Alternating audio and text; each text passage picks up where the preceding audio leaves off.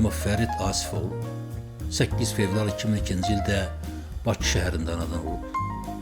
Əslən Zəngilan rayonunun Cahangirбəyli kəndindən olan Fərid Məhrəmov ilk təhsilə 2009-cu ildə Xocavənd rayon tam orta məktəbində başlayıb.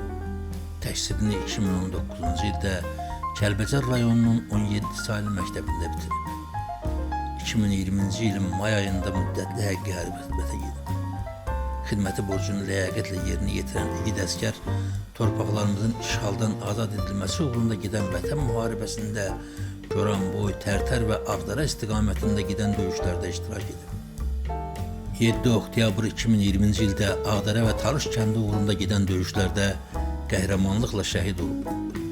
Vətən müharibəsində vəzifə borcunu şərəflə yerinə yetirdiyi üçün vətən uğrunda su qovşağının azad olunmasına görə və Laçının azad olunmasına görə medalları ilə təltif edilib.